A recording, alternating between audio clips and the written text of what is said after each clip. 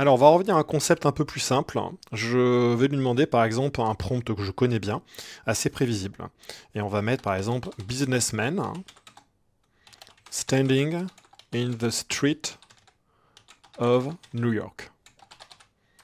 Donc, je n'ai aucun réglage de prompt template. On va regarder le résultat. Je lance la génération. Et comme je manque de détails, ça risque d'être assez peu satisfaisant. Voilà, vous voyez, c'est pas génial, hein. Il manque de détails, hein. Et il a beau se tenir droit, effectivement, on ne voit pas ses pieds. Si on veut le voir en entier, déjà, on pourrait commencer à tricher en changeant son aspect, tout simplement. Ici, vous avez vos différents aspects. Effectivement, par exemple, on choisit 3 sur 2, ou au contraire 3 sur 4, hein, pour avoir un format qui est un peu plus paysage, hein. On peut chercher ici 2 tiers, hein. Et avant de lancer la génération, je vais également faire autre chose, c'est ajouter des negative prompts. Il vous faut toujours des negative prompts. Donc vous pouvez par exemple mettre le deformed, hein. On va aller ici dans deformed. Évidemment, j'ai cliqué sur un raccourci clavier qui a fait disparaître. Vous voyez, on peut la faire venir comme ceci, hein. D'ailleurs, on peut la laisser comme ça. On va mettre deform,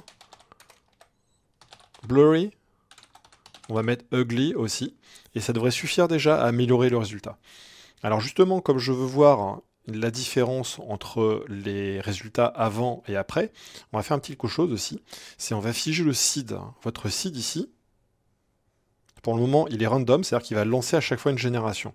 Donc tester ici des paramètres de prompt en changeant le seed à chaque fois, ça ne sert à rien. Votre seed va vous donner un résultat différent à chaque fois, même s'il respecte le prompt. C'est le principe même de la génération itérative, c'est que vous obtenez toujours des trucs différents.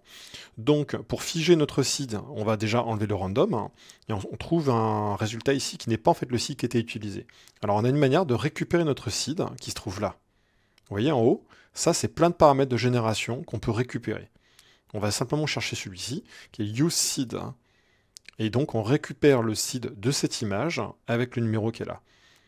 On n'est plus en random, ce qui veut dire qu'il va garder cet élément. Donc je devrais avoir exactement la même image, sauf que cette fois-ci, nous avons des negative prompts. On va voir justement la différence avant-après. On va refaire apparaître notre canevas pour pouvoir comparer. Je lance ma génération, et nous allons avoir notre résultat. Et vous voyez qu'il est mieux. Le visage est encore assez peu défini, mais par rapport à celui-ci, plus de détails, hein, plus net, un peu mieux de contraste, hein. Vous voyez, c'est une grosse différence, hein. Ce qu'on peut continuer à ajouter ici, par exemple, hein, c'est des détails, hein, comme par exemple painting, hein, parce que je veux un style photographique. Et là, justement, on va commencer à donner le style photographique. On va mettre raw photograph of business standing in street New York. Ensuite, il faut rajouter dans votre prompt souvent des détails, hein, genre ultra detail, hein, bokeh, par exemple, pour flouter l'arrière-plan. High quality. On va lancer ceci. On a toujours le même seed, hein. Regarde notre résultat. Et vous voyez que ça change pas mal de choses, hein. Nous avons maintenant notre effet de bokeh dans l'arrière-plan. Un style bien plus cinématographique, hein, et une meilleure qualité globale. Alors, les yeux, c'est toujours médiocre, hein, parce que nous utilisons SDXL, hein, qui est l'avantage d'une génération rapide, hein. C'est quelque chose qu'on va améliorer avec du InPaint, hein, dans un second temps. Dans un premier temps, ici, on s'intéresse qu'au prompt. Donc, vous voyez, notre résultat, il est mieux que ce que nous avons tout à l'heure, et ça change pas mal, hein. Le simple fait d'avoir ajouté ces mots, principalement parce que nous les avons au début, change notre qualité. Ce que je pourrais peut-être ajouter après, à la fin, c'est cinématique, hein, pour peut-être améliorer l'éclairage encore. On va relancer la génération. On se retrouve à peu près la même chose. On aura simplement un éclairage un peu plus intéressant.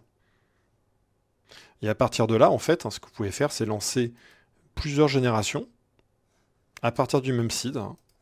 Donc il va lancer 2 générations en même temps. Ça prendra un petit peu moins de temps que d'en faire une seule. Donc il m'a sorti cette image-là et cette image-là. Ce sont les 2 mêmes images. De cette manière, vous pouvez lancer plusieurs générations et voir ce que ça ressemble.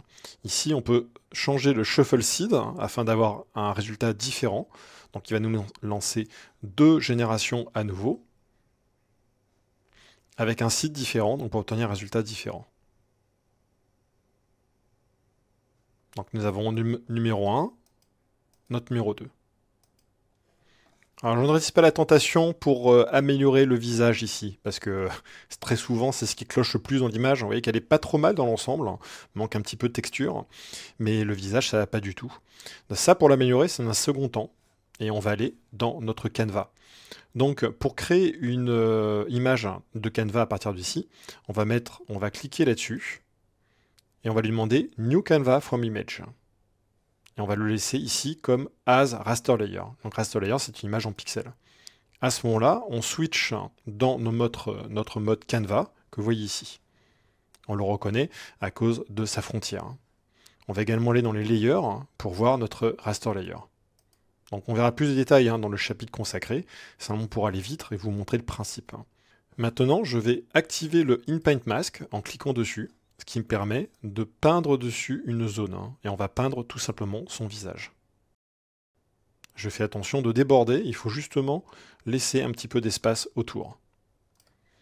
Ensuite, on va changer notre Canva, notre B-Box, avec cette commande ici. On peut également appuyer sur C. On va changer la taille, et là concrètement, on va demander à l'IA de calculer cette partie-là en mettant 100% de son intensité. Ici, attention, on a le piège numéro 1, on avait vu dans une vidéo précédente. Ici, si je lance une génération, je vais créer une nouvelle image qui n'a rien à voir avec l'ancienne. Ici, on intervient bien sur le Canva. Le fait d'avoir lancé un Canva n'a pas permuté ici automatiquement. C'est un défaut de design, je trouve, mais c'est comme ça que Invoke fonctionne. Maintenant qu'on a tout ceci, on va pouvoir lancer notre génération, et il va travailler uniquement sur cette zone de l'image, et nous faire un composite, et constamment améliorer la qualité de notre visage. Il nous a lancé 2 générations, on peut le regarder, 1, 2, vous voyez que ça n'a rien à voir en qualité, c'est beaucoup mieux que tout à l'heure.